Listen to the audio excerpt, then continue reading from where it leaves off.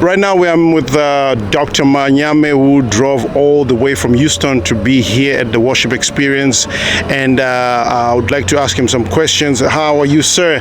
How was the experience of this worship session? I'm good. The experience was great.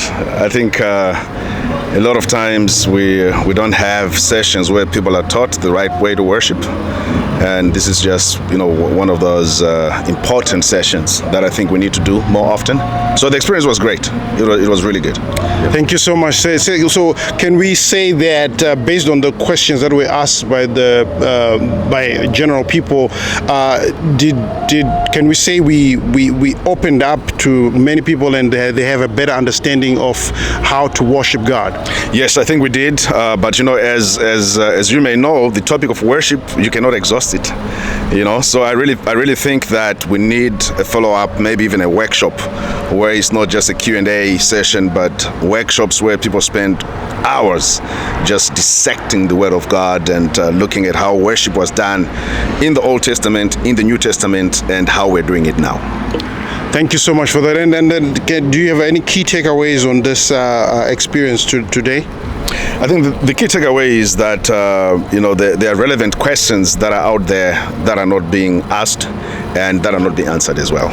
And I think the other thing also is just the hunger that you see in young people, for worship and to understand more about worship.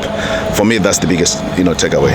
Thank you so much. Can we say that this should be an annual thing that people gather in even different platforms or different organizers, but let it be an annual thing that we do?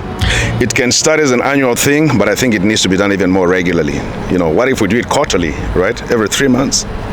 Because there are questions, again, like I said, I think the topic of worship, because that's our life, right? So the topic itself, you cannot exhaust it in a 2-hour, 3-hour session, and I think it's so important that we cannot relegate it to doing it just once a year.